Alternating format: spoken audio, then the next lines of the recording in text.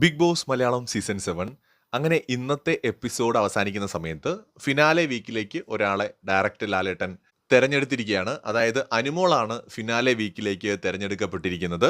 ശരിക്കും പറഞ്ഞാൽ അനുമോള് ഇപ്പോൾ ബിഗ് ബോസ് തുടങ്ങിയിട്ട് 90 ദിവസം കഴിഞ്ഞു.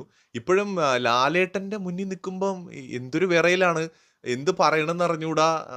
ഭയങ്കര ടെൻഷനായിട്ട് എനിക്കറിയത്തില്ല. അവിടെ ഏറ്റവും കൂടുതൽ ലാലേട്ടൻ സംസാരിക്കുമ്പോൾ ടെൻഷൻ ആവുന്ന ആൾക്കാരിൽ ഒരാൾ അനുമോളാണ്. ബാക്കി എല്ലാവരും ഭയങ്കര ഓക്കെയാണ്.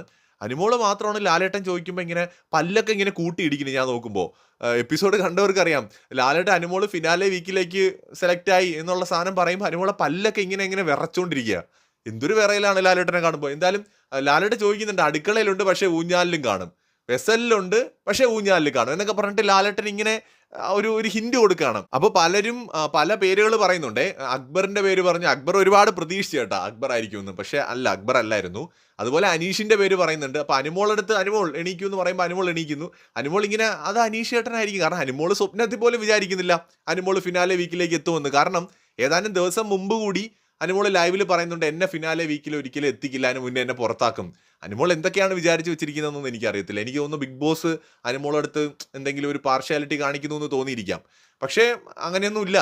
പ്രേക്ഷകരുടെ സപ്പോർട്ട് ഉണ്ടെങ്കിൽ ബിഗ് ബോസ് ഒരു പാർഷ്യാലിറ്റിയും കാണിക്കില്ല. ചിലപ്പോൾ വീക്കെൻഡ് എപ്പിസോഡുകളിൽ ഒരു മയവും കാണില്ല എന്നൊക്കെ ഉള്ളൂ. പക്ഷേ ഓഡിയൻസിന്റെ സപ്പോർട്ട് ഉള്ളിടത്തോളം കാലം ബോസ് അണ്ണൻ അതുക്കും മേലെ കയറി വെട്ടാനൊന്നും പോകത്തില്ല. ഓഡിയൻസ് സപ്പോർട്ട് ചെയ്യുന്ന കണ്ടസ്റ്റൻസ് തന്നെയാണ് ഫിനാലെ വീക്കിലെത്തുന്നതും അല്ലെങ്കിൽ വിന്നർ ആവുന്നതും റണ്ണറപ്പ് ആവുന്നതും ഒക്കെ.